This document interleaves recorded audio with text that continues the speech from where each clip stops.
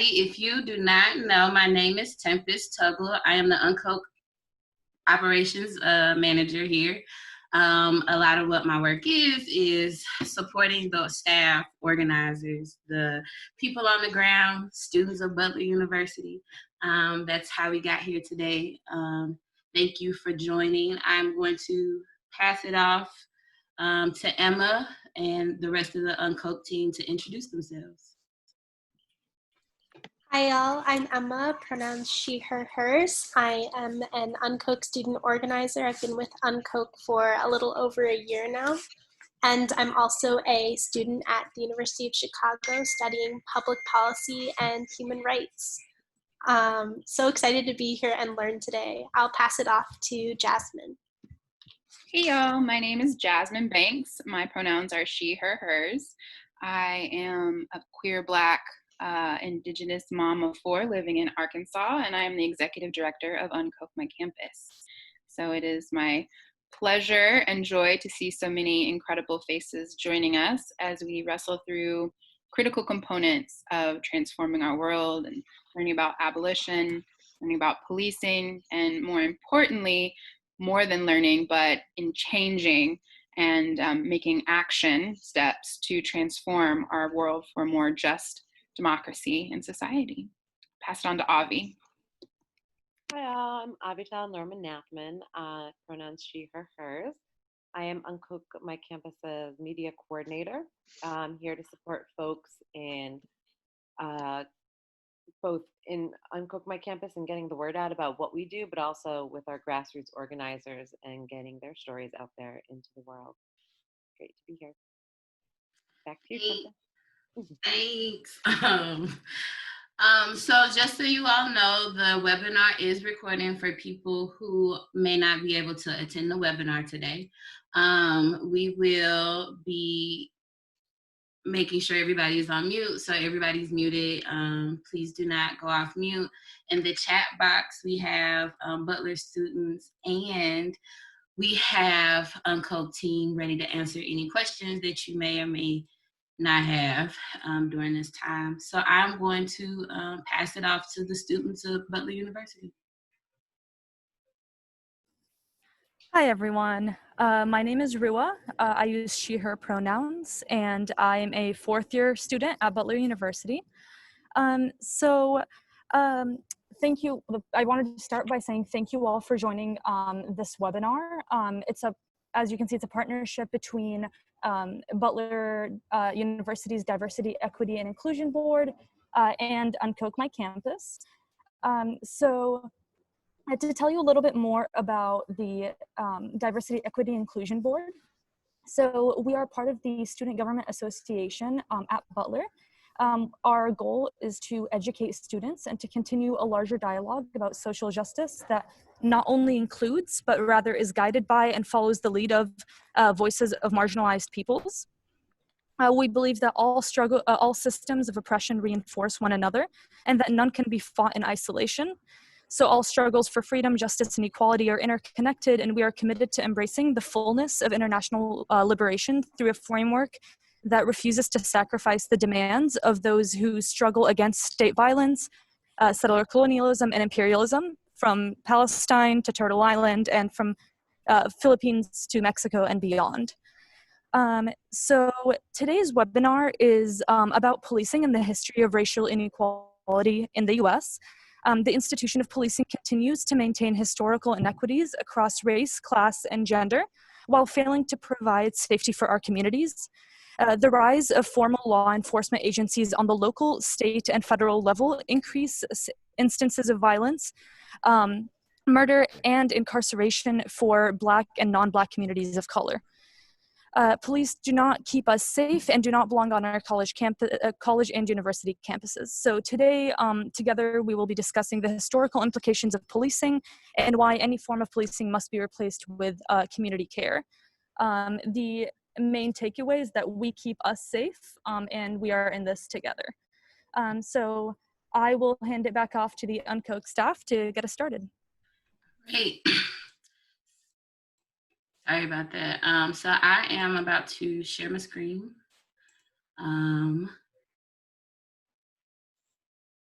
Can you all see this presentation?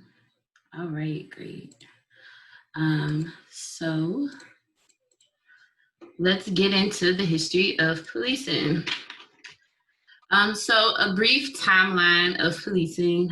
In the early 1600s to the 1700s, watchmen were formed, a group of volunteers whose duty was to warn of imminent danger. They were implemented in Boston, New York, and Philadelphia.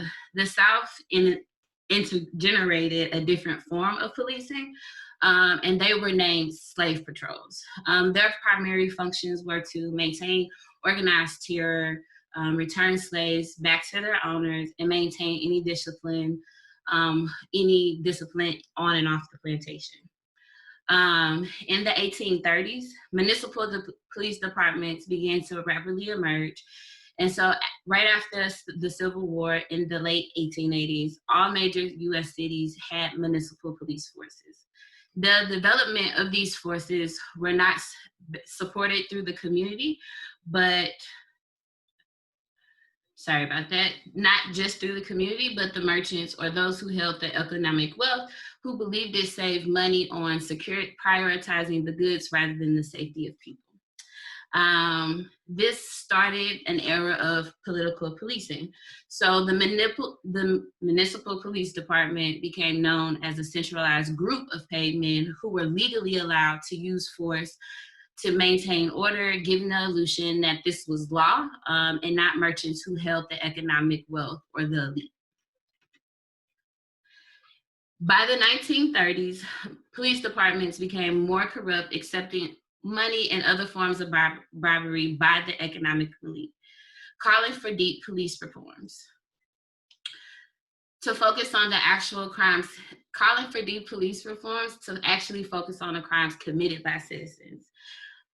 They were attempting to break away from the political policing era, so this resulted in the implementation of more police, and it also brought about the state highway police. By the 1950s, it became more aggressive and more surveillance during the civil rights era. So those who protested, boycotted, and engaged in any form of civic engagement during a really high movement era, they all experienced the brute attacks of police to maintain social order amongst citizens, still lacking the focus on the actual crime at the time, because crime had been at an all-time high during the 1960s. By the 1990s, research has showed the presence of police actually did not prevent crime, but the changes in conditions of the citizens would be more efficient. Due to high crime rates at the time, police became known for getting tough on crime, integrating more surveillance and community policing.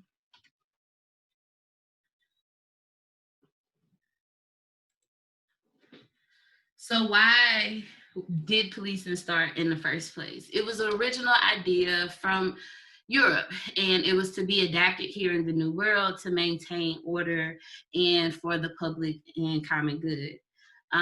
But policing actually began to fuel the economy after the Civil War by arresting Black and brown people due to the 13th Amendment loophole that legally allows criminals to be classified as slaves.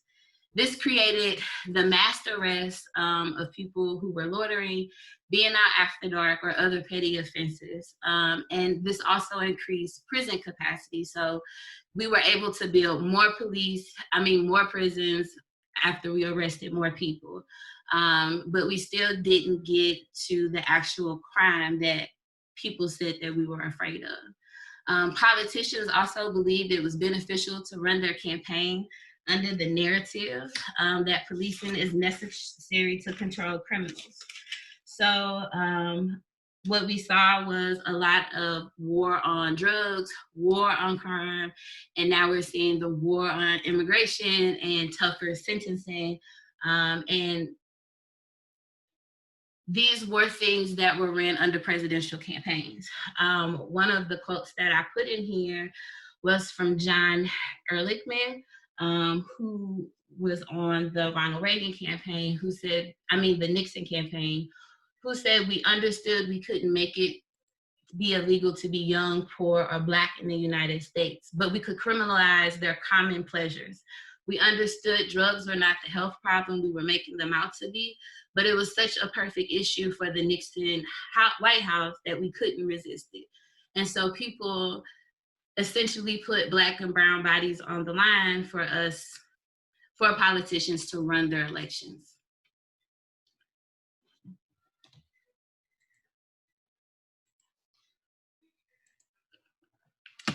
So how money and institutions shaped policing legally. So special interest groups such as ALEC, the Koch brothers, national detective agencies, private policing agencies, they introduced laws and policies along and used the media as propaganda to scare the community, to say that people were super predators, there were drugs in the school, there was organized crime, and so the media, once we got to that place, the media also helped increase the visibility of these new things of safety that we needed. So we needed more police, which actually turned into us creating ICE, SWAT, traffic, the DEA. And the law enforcement reinforces these media because a lot of what we see on the news is police arresting Black and brown people often. So it is a continuous reminder that Black and brown people are the problem. And so that has also, the more arrests has created, like I said, more prison detention centers and other forms of surveillance, but it has also led to the profiteering of Black and brown bodies. So now police institutions have expanded to growing through the police privatization and using the labor. And a lot of people sit in jail without bail. So this is a billion-dollar industry, although Americans only make up 5% of the world.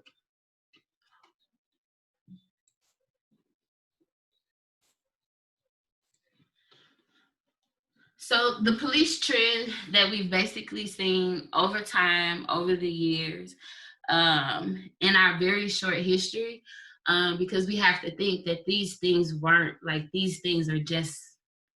just happening recently, right? So we see the political policing. How do we get police? Like, we need more police, over policing, giving the police power.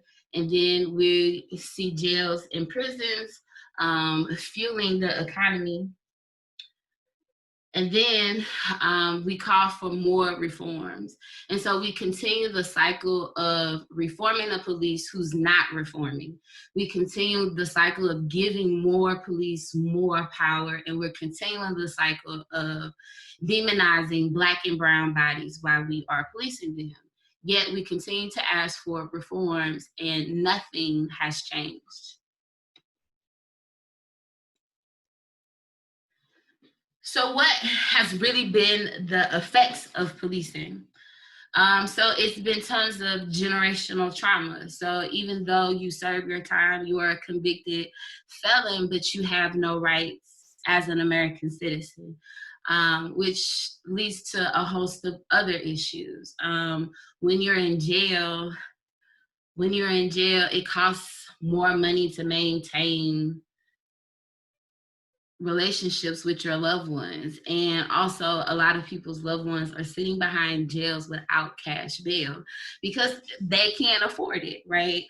They haven't been charged, but because they can't afford bond, they're stuck.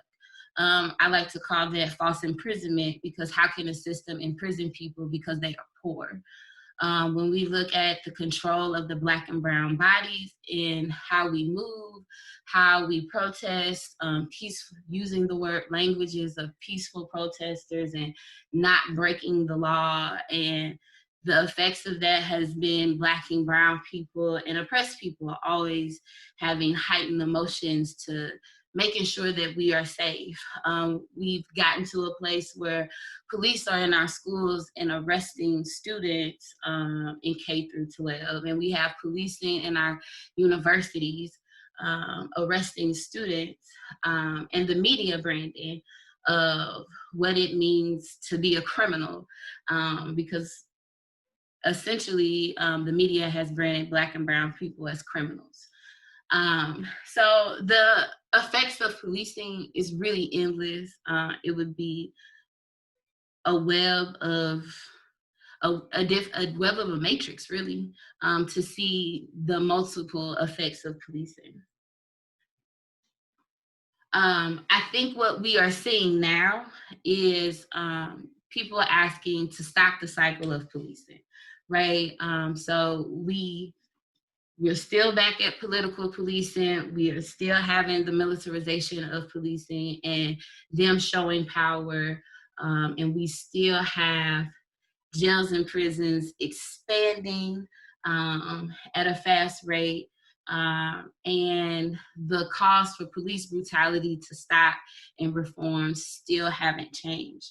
And so now activists are calling for the abolishment and defunding of the police, because that would stop that cycle that we are continuing to see.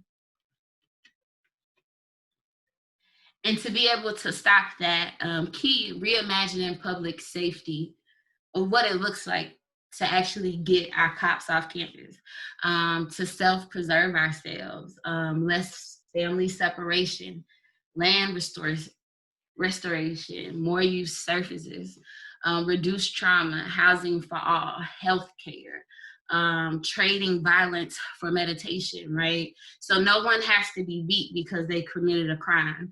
But what are the things, how are we envisioning new ways to really think about what it means to get rid of the police? And students are asking for cops to be off campus so that they can feel safe and secure when they go and learn. And I feel they deserve that. And I'm going to pass it back to Rua.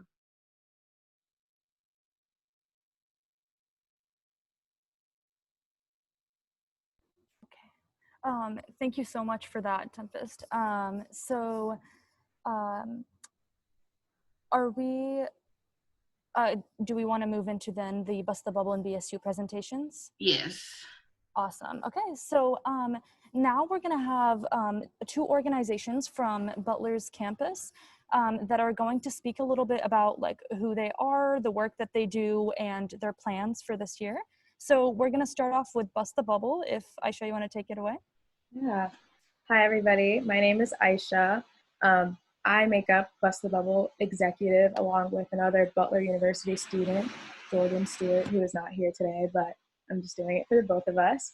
And so Bust the Bubble, it can be called an organization, but it's actually not one. It's more so a movement and an initiative that was launched by students in 2015. And so long before me and Jordan even got on campus in 2017. And they've just been doing the activism and liberation work for many, many years. And I actually have a presentation that I'm going to show you guys. Let's see if I can.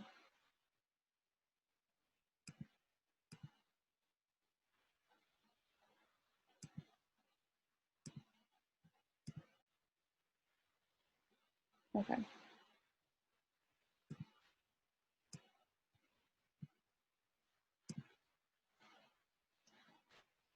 Can you guys see that?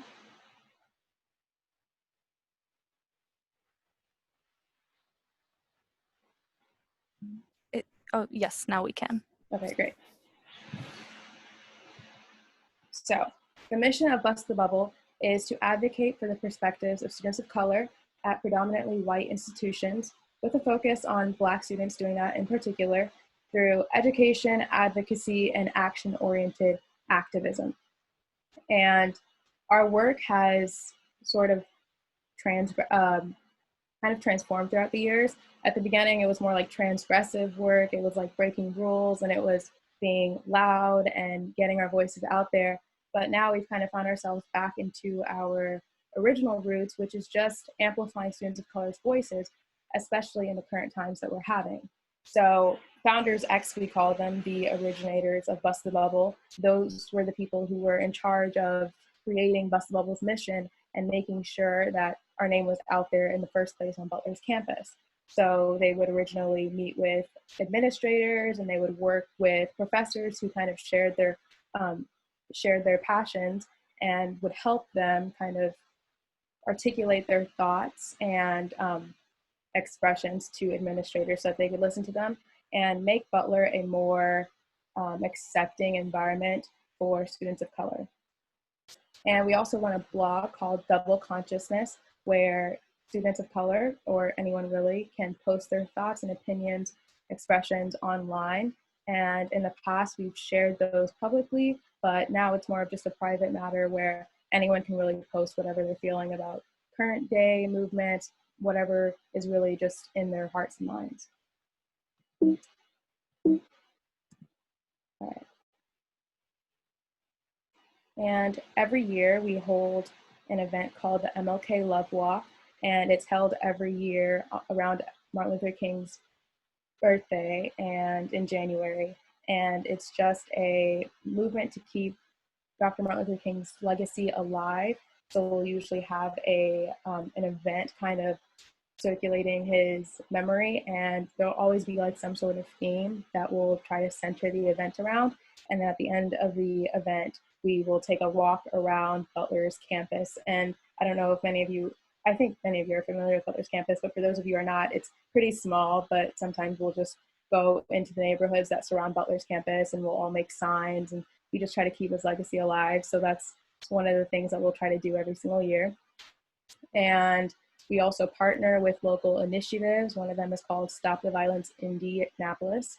And Stop the Violence Indianapolis is a great organization that works with local youth to combat community-wide issues such as domestic violence, gang violence, and things like that. And we partner with them to mentor the youth that they do choose to work with, and we'll kind of help them in their annual work. And right now we're actually in the middle of a movement online.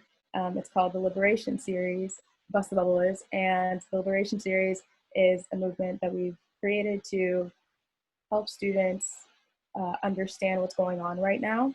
And it's just something that we're doing on our Instagram. It's not very big, but if you want to check it out, our account is called Bust the Bubble.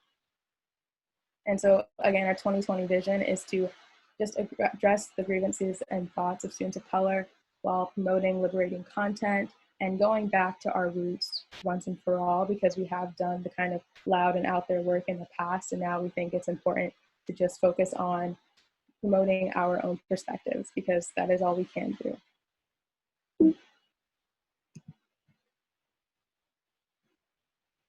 All right, and then if you want to follow us on any of our blogs, our social media is called Bust the Bubble on Instagram, and that's where we're running the Liberation Series. And our Double Consciousness blog, you can find it if you Google Double Consciousness WordPress. And that's all I can present about Bust the Bubble. Thank you.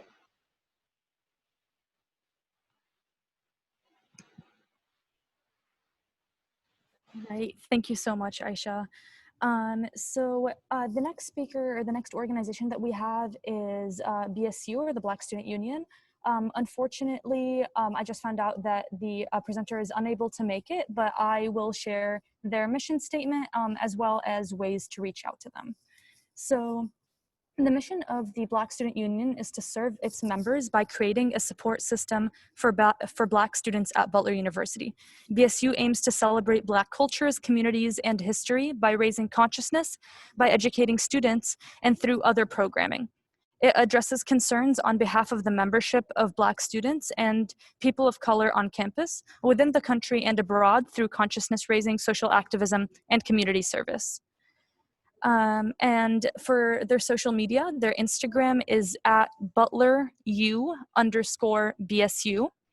And their Facebook is Butler University Black Student Union.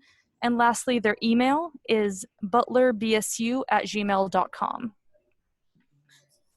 So thank you both for BSU and Bust the Bubble, and I will pass it back to UnKoch now. Thanks so much, Rua and BSU students. So initially, we were going to talk about, we were going to have a panel, but as organizing happens, people weren't able to attend, and that's okay. But I would actually like to open it up to students who are on the call and who are doing Cox off-campus work, if they wanted to ask questions, like talk more about the work that they're doing. Um,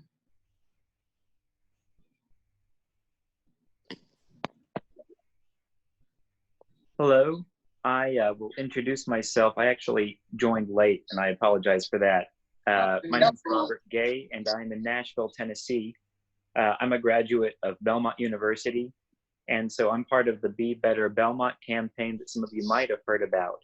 We are actually one of several universities who are involved in prison divestment work. And so I see a lot of overlap between the work that we're all doing.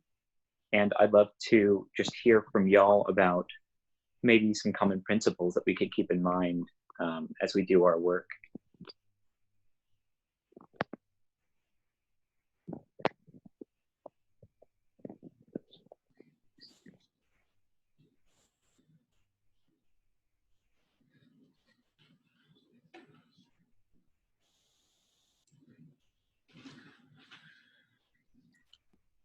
I don't hear anybody. Was that a question to UnKoch or just everybody? I'm sorry, I was trying to come off mute. Oh yeah, anybody who, sorry, I just kind of joined and that's sort of my little introduction. So no worries if no one has a response to that. But yeah, just reaching out and seeing what things we have in common and how we can all work together. Mm-hmm.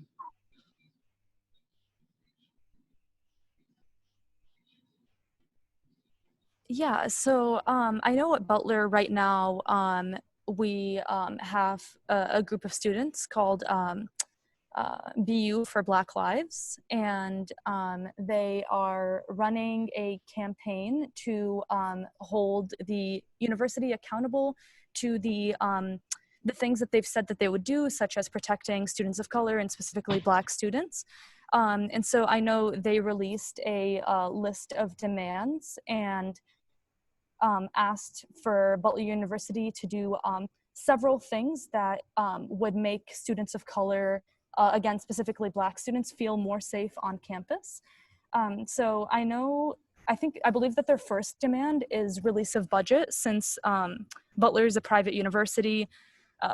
They are not mandated to release their budget for the Butler University Police Department. And that is something that is, it's student tuition. And so they have made it clear that that is something that they need. And I think it's a very important and fair demand. But yeah, their social media is BU for Black Lives. So that is one channel through which we can all connect.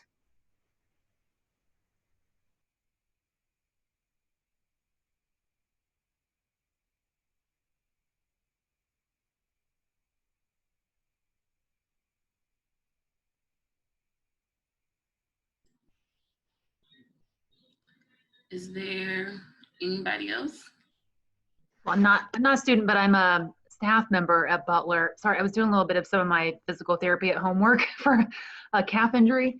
How can I, as a staff member, support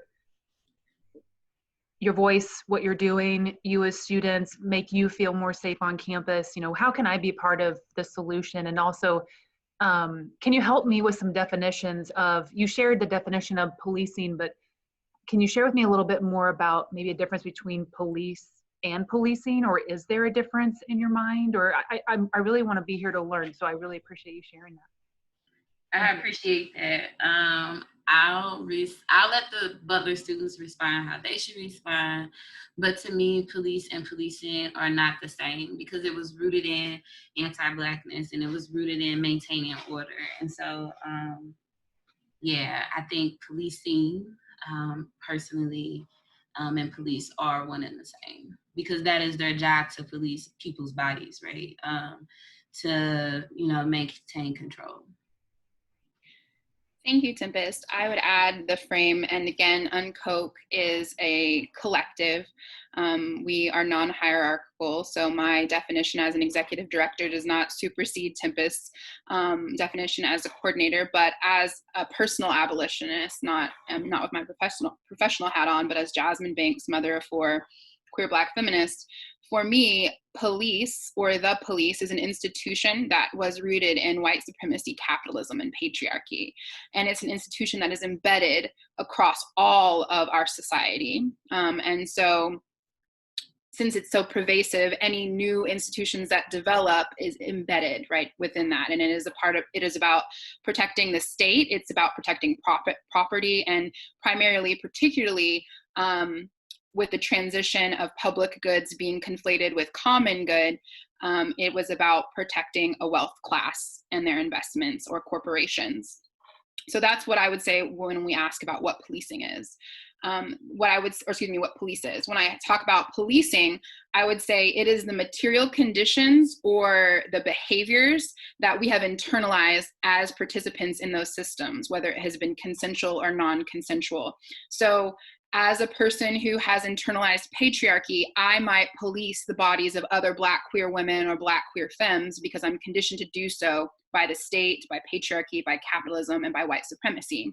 And so if I fancy myself an abolitionist, I become a person who rejects all actions of oppression, and I refuse to be an agent of those systems of oppression, whether it's through state violence or personal violence or social violence. So that would mean I would advocate for sovereignty in body and allow folks who need abortions access to them. It would mean that I advocate for people to wear what they want to wear in whatever spaces, whether it's subverting the idea of professionalism or policing around uniforms, for example, in K through 12 students.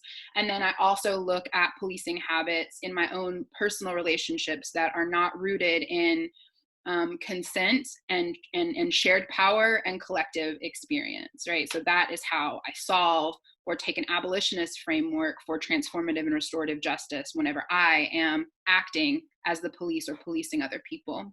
Is that a helpful frame for you, Julie? It is. Thank you. I really appreciate that perspective.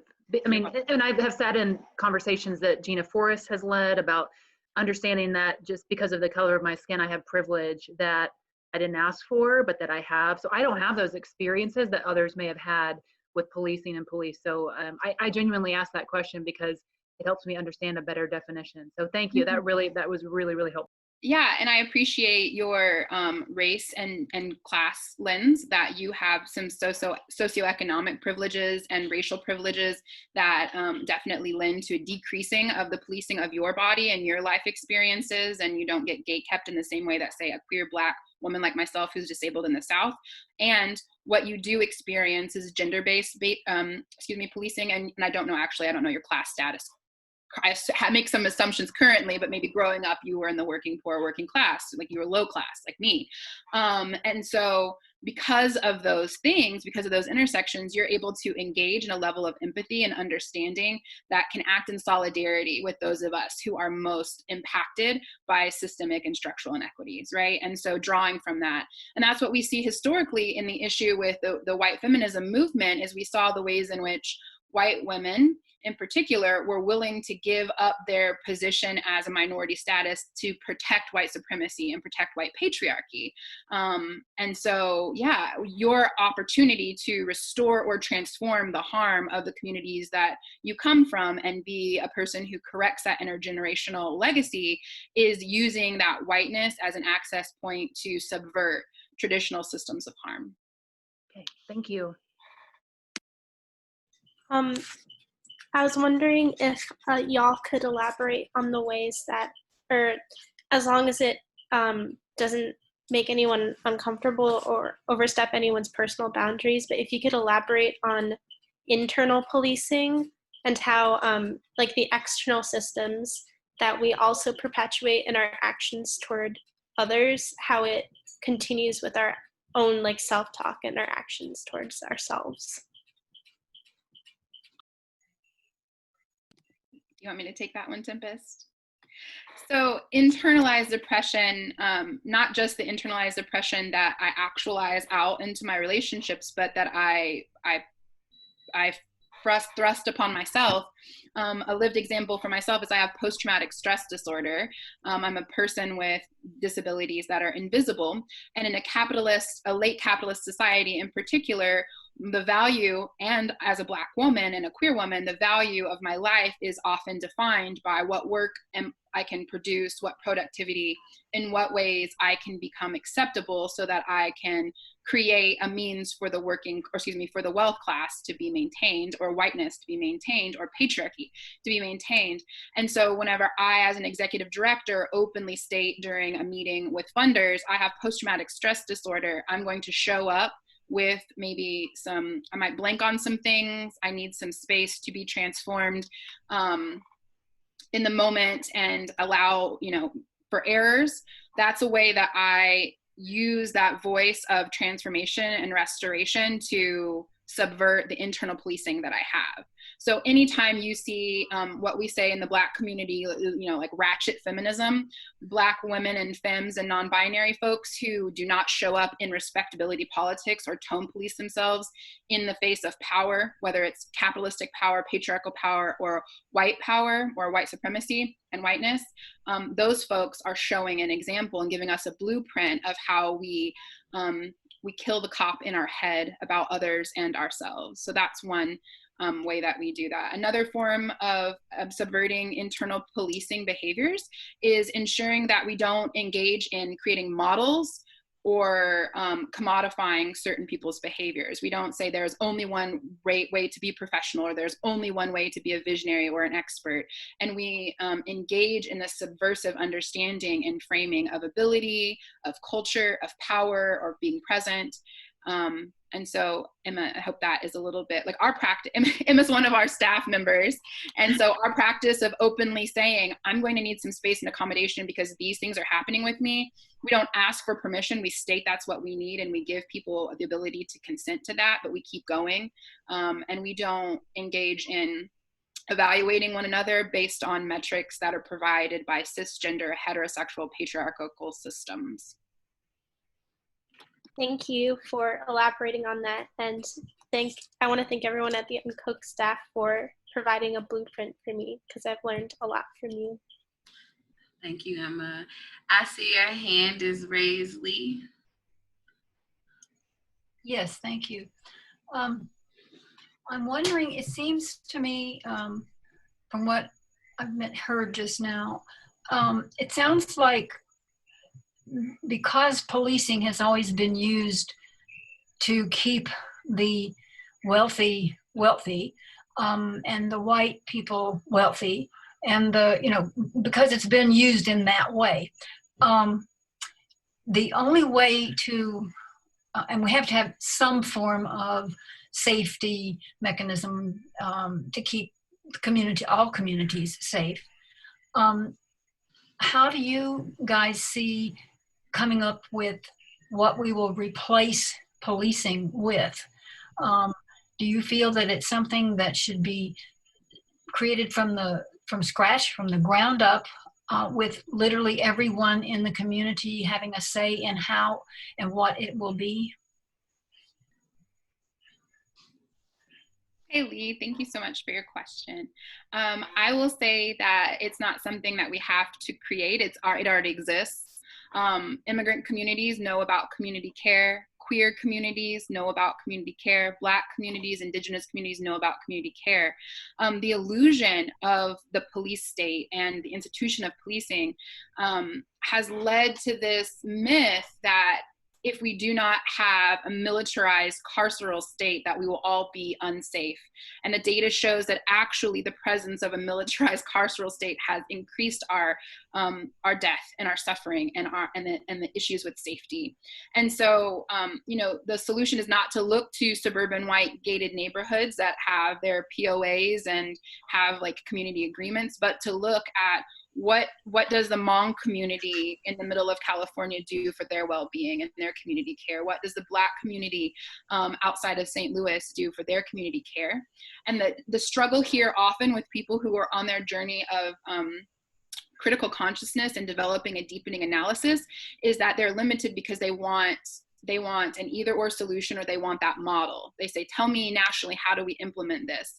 But the answer is that doesn't exist. There is no national model of safety and community care because it's dependent upon an ecosystem. It's dependent upon the stakeholders that are in that moment. And it's very, very micro. And that micro creates this web that builds into the macro and transforms nationally and then globally and across borders. And so we have those models of care through indigeneity and Blackness and brownness.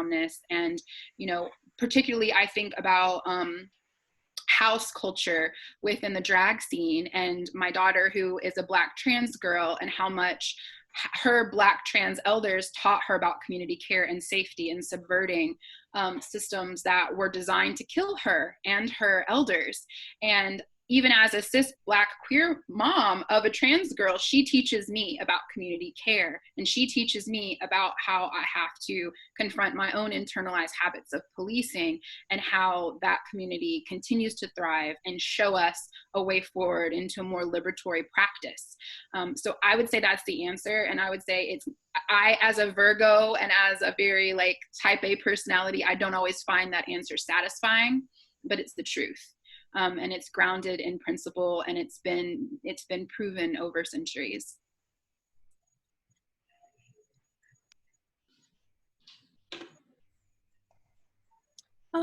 I would like to ask a question, if that's okay. Mm-hmm.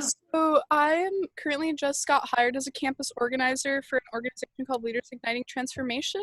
So I go to school at UW-Eau Claire.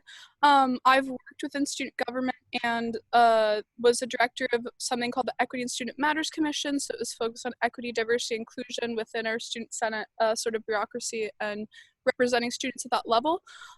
So obviously the nature of that role is sort of clashing with traditional administration and sort of the systems that we have in place at my specific university.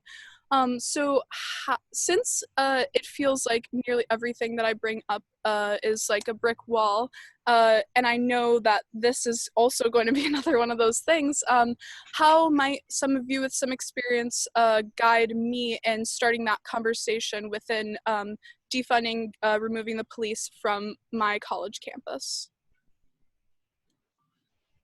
I'm going to let other students answer that who are doing the work and is currently on this webinar. Thank you. Mm-hmm.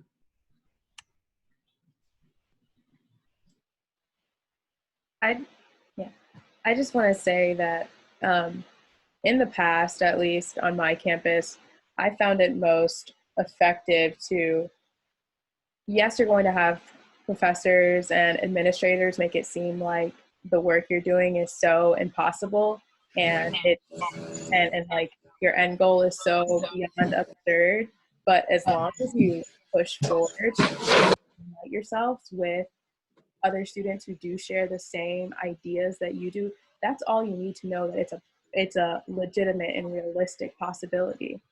In the past, we have tried to, Bust the Bubble has sat down with administration to make like a list of demands and proposals, and here's how we can go about it the right way, and what can you do on your end to help us see these goals through, because we've done it multiple times in the past, and every single time we hit a brick wall. Like they'll say yes when we're sitting in our meeting, they'll say, we agree with you, we see eye to eye on most of these things, but after that, it's just no correspondence ever again. Like, that's just it. So you just keep hitting a brick wall. And really, I've just aligned myself with other students who do feel the same way, who do have the same goals that I do.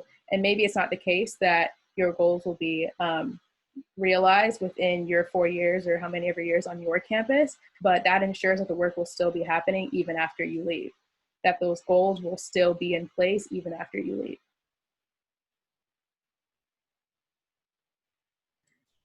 Thank you so much for that. Setting up the pipeline. Does any other students?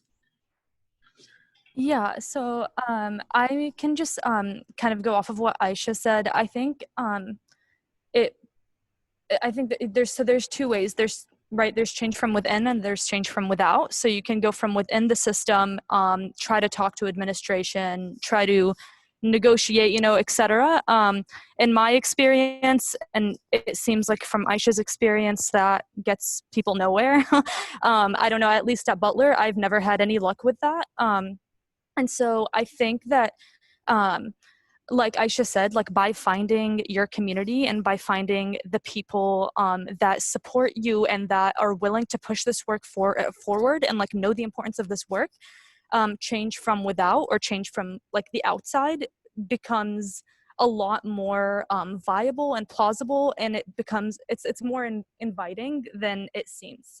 So yeah, I just completely echo what Aisha said about finding your community and just making sure that you all stick together.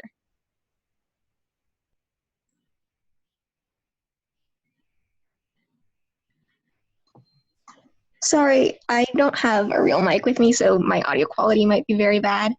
But another word of advice is that even when you are shot down, you just have to be persistent.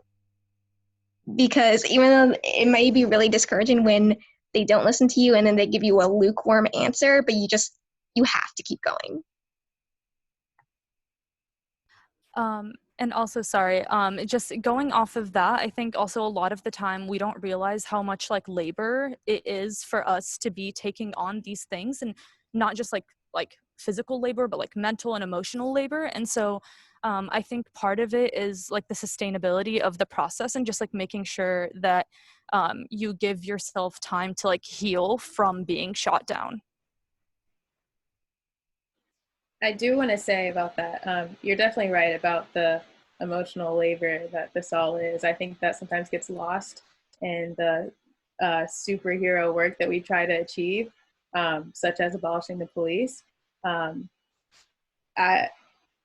When Butler, for example, posted the acknowledgement of everything that's going on and basically said that we understand our students and that we want to we want the same things you do, it kind of just comes like as a slap in the face, really, to all the times that we have sat down with them and have these discussions and gone from the inside and done it like systematically correct as you would think. It just feels depressing a lot of the time. Like that's just how it is. There's really like no uplifting moment in it until you find your community. Like that is probably the most rewarding and uniting part of it, is finding other students who do feel the same way you do. And especially right now when everyone is so willing to learn, that's what's so good about this period of time, is that a lot of people are willing to kind of open up their minds to things that they might not have been before, because it's everywhere. It's like on the news, it's on social media, you literally can't avoid it. So you have no choice really but to learn. And so that's how we've been kind of like bringing people into our circle, into our minds, and letting them read what students long before us have been advocating for. And people are like, oh, this work has been going on for a pretty long time. Like maybe it is like doable. Maybe we should see it through. So I do want to echo that about finding your community. That is definitely the most rewarding and uniting part. Yes to all of those things: finding community, engaging in collective power and solidarity, understanding what your guiding principles are, and then being united with rigor and discipline. And also, as someone who is about to turn 35, which is not very old whatsoever, but is when you work with college and undergraduate student or undergraduate and graduate students, it does start to feel like I'm much older than everyone else. The reality is that there's nothing new under the sun, right? We're seeing these same excuses, we're seeing these same stall tactics, these same failures to campaigns that our ancestors have seen and our organizing and activist elders have seen as well. And that fervor, our anger, is so useful, and our anger has to have a purpose or it will burn us up, right? And so that anger comes clarified and rooted in the hope that we do believe that we will win and that we can transform our societies for the better. And I like to say that young people who come in very angry, which is again a useful tactic and tool, but unfettered anger, have a little bit further to go in figuring out where their anger is centered, where it's situated. And the hope is that you'll grow and transform to a place, and I'm saying this for my own life, where that anger becomes a clarifying message of hope and belief that I'm angry because a better world is possible. I've seen glimpses of the better world and we're going to usher it in, rather than I'm just going to burn out myself, right? So holding intention, all the immense work that we have to do, while also caring for ourselves and our comrades, and believing that as I transform internally and individually, I transform and grow and find this beautiful, thriving place in service of collective liberation. Anyone who invites you into a movement that says you have to destroy your dignity and your well-being and there is no space for joy and play and rest is not inviting you into a liberatory movement. They are expecting to extract from you and put you a cog in a machine of a plan that is not liberatory for all people, right? We need people well, we need people whole, and we need people healing, because that's what this work is about, right? It's about a political morality that this is not just, and we will not in our lifetime allow for injustice.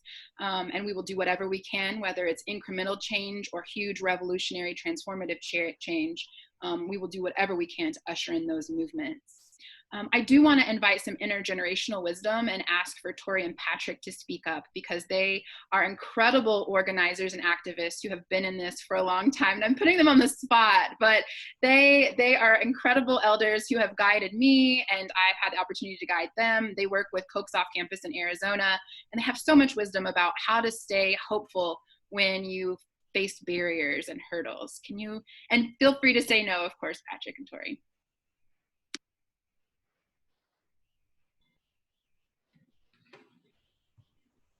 Well, yeah, it's been several decades, and we've definitely seen our downs as well as our ups. We've experienced struggles not just with the far right in Utah, but also the center in Utah, that you find your allies are maybe not really your friends on your issues sometimes, and that is particularly hard to deal with, but you have to. We've moved several times, so we've had to build connections afresh in the different places where we've lived. I guess I certainly agree with the importance of finding people who share your values and your goals. Sometimes that may not be immediately apparent who they are. That can take time. Here in Tucson, we've lived here, what, 12 years now, Tori? Yes. Yeah. And the last few years, it feels like we're really constructing a web of relationships that we can build on. But we're also facing a kind of siloing here, which I think is not peculiar to just Tucson. You know, bringing people together across issues so we can work together kind of on the big picture rather than just single issue work is also an ongoing challenge. So that's kind of rambling, but those are the things I think of immediately. And I think we've certainly gone through cycles of kind of rebuilding after encountering serious obstacles and not achieving what we were hoping to.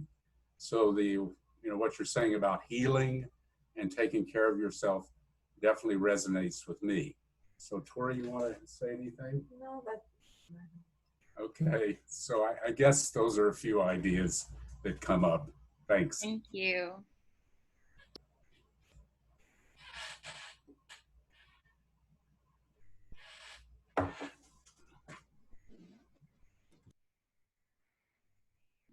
Go for it, Jeff.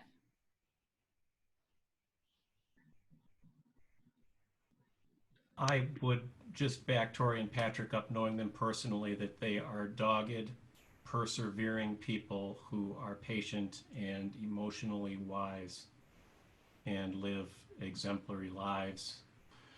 I learned some things here, and I have a question, as well as briefly expressing something very deep that I learned or realized. And I'm a cisgendered gay white male.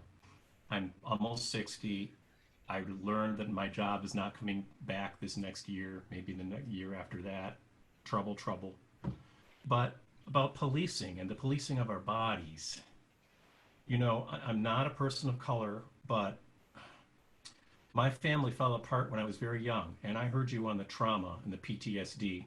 And as a performer, it affects me too, stage fright. But I grew up in orphanages, institutions, foster homes, halfway houses, detention centers, and so forth. And those orphanages and institutions and detention centers were policing of my body.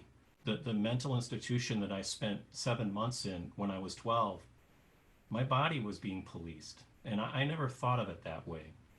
And that's a pretty deep realization. And that was all very traumatic for me. And while I share with other white people the privilege that comes with my skin color when I walk into a space, I do feel that trauma, and I feel the real damage that policing can be in a person's life.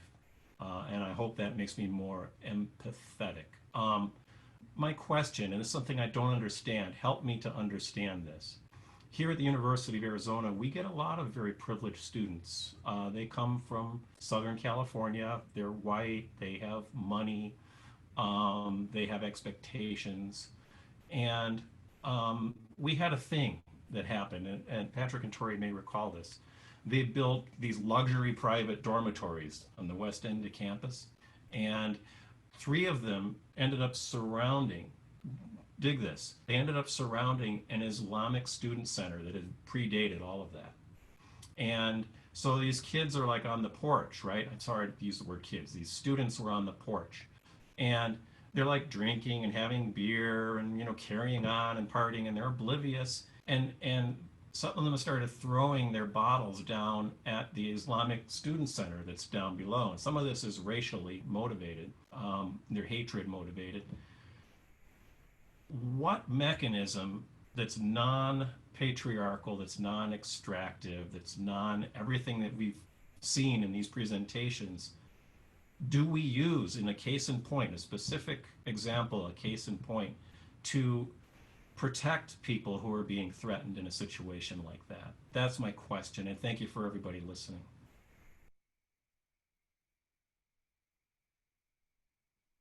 Jeff, thank you for what you shared about yourself. That is, it was really generous of you to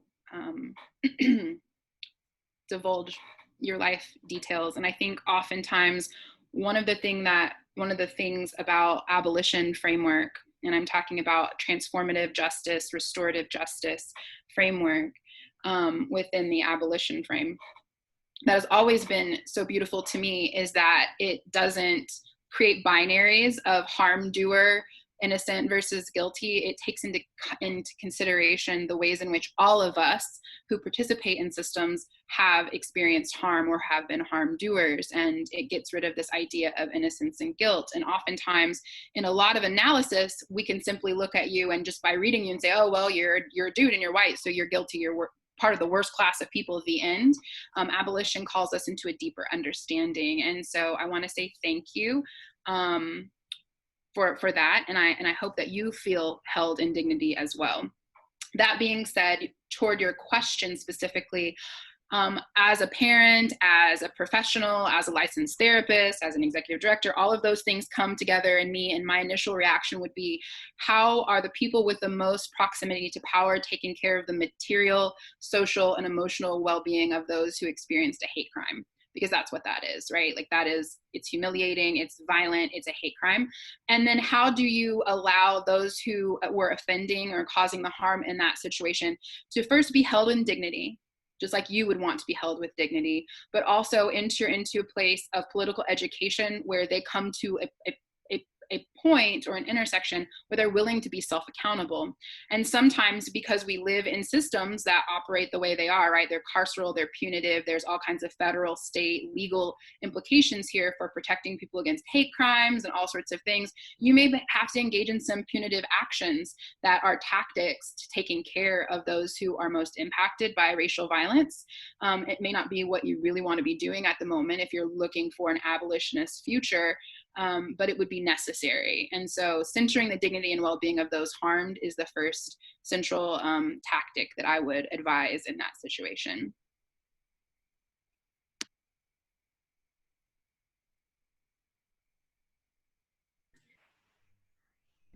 Y'all are piling it on with these really good questions. I'm loving this conversation.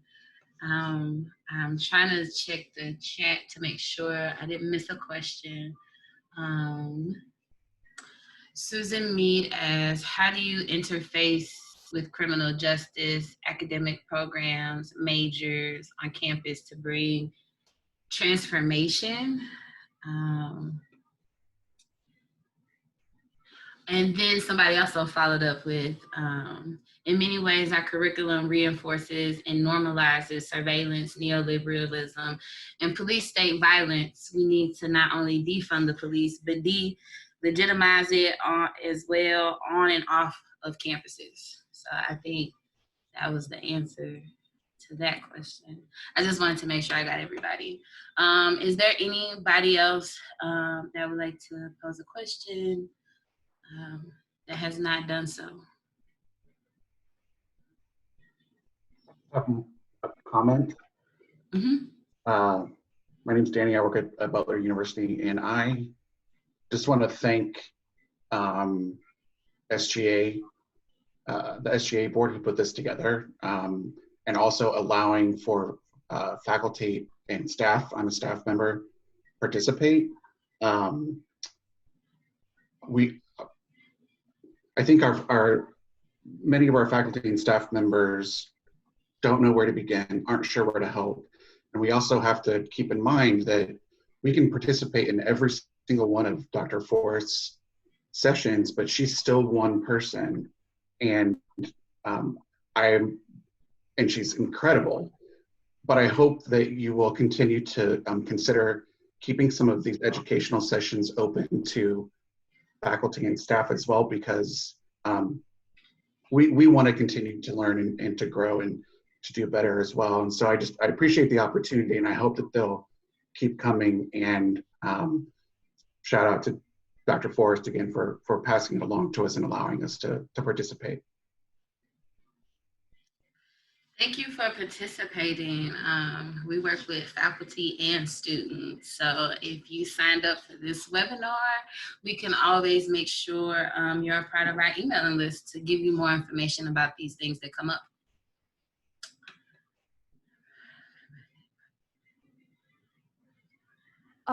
Sorry, I also just want to say, so thank you for that. And on the DIB or SGA side of that, we do have plans to continue these educational webinars throughout the year. And so we will continue to try our best to spread it as far and wide as we can. And yeah, thank you so much for showing up and for listening.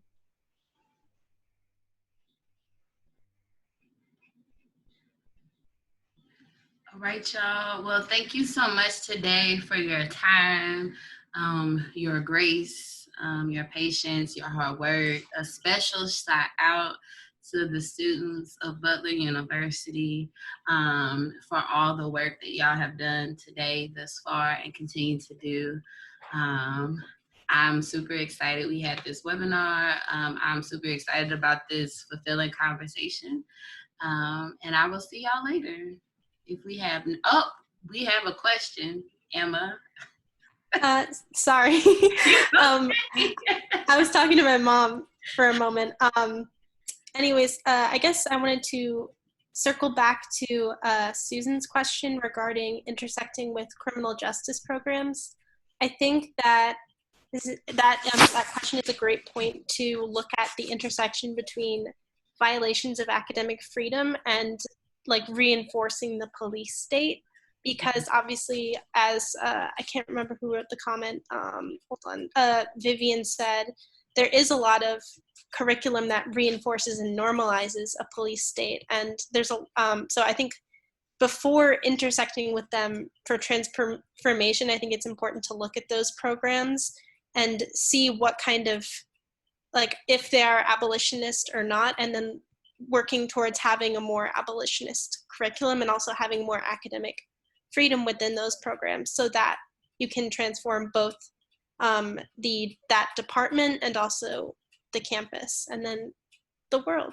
So, yeah. Well stated, Emma. Yeah. Oftentimes we get so caught up in the idea of we want to change the whole of the system and fix it right this moment. And that comes from the white supremacy habit of urgency and either or solutions.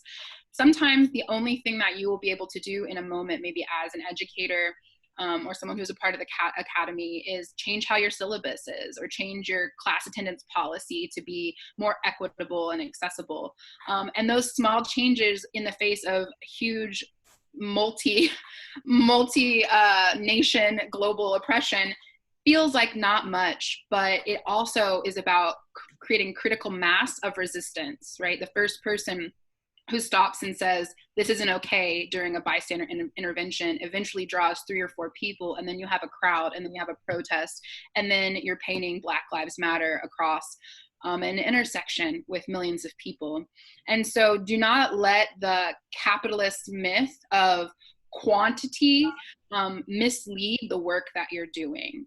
There's a reason why small craft local had a resurgence in the last couple of years, and it wasn't because of neoliberalism. It was because people began to understand the ways in which corporations and mass consumerism was not serving our communities. It was not what we wanted. And so thinking small and building deep rather than spreading out and engaging in habits of colonization is one way for you to determine how you will engage in activism and shifting power. Right? You don't think, how can I spread out? You go, how can I go deeper? Okay, I've changed my syllabus. I've changed my reading list to all Black, Indigenous, Latinx. I'm now pointing to these communities. And for some of us, because of our intersections, because of the trauma we've experienced, because of the things that have happened in our lives, that may be the only amount of work that we can do. And there is nothing shameful or undignified about that. And we have to give ourselves permission to not solve it all and to believe that we're part of a larger ecosystem, a larger community, that whenever we are lacking in skills or ability to show up, other people will show up in concert with us. And so that's an invitation to be gentle with yourself while also being rigorous and pushing yourself and saying, am I doing enough in the way that I know? Am I being self-accountable? And am I being accountable to the movements and the Indigenous people in which I feel like I'm, representing and moving forward? And we all come from some place of indigeneity, honestly, whether it's Black or Latinx or whatever, right? Like even European people come from a sense of indigeneity. What we're talking about is divorcing ourselves from whiteness, divorcing ourselves from late stage capitalism, divorcing ourselves from patriarchy, and creating other constructs for existence and building meaning together. So thank you all for your time. UnKoch, my campus, appreciates you, and I'm going to turn it over to Tempest to close us out. Great, y'all. Well, thank you so much. Thank you, Jasmine.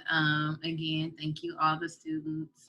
Y'all have a wonderful day, and bye.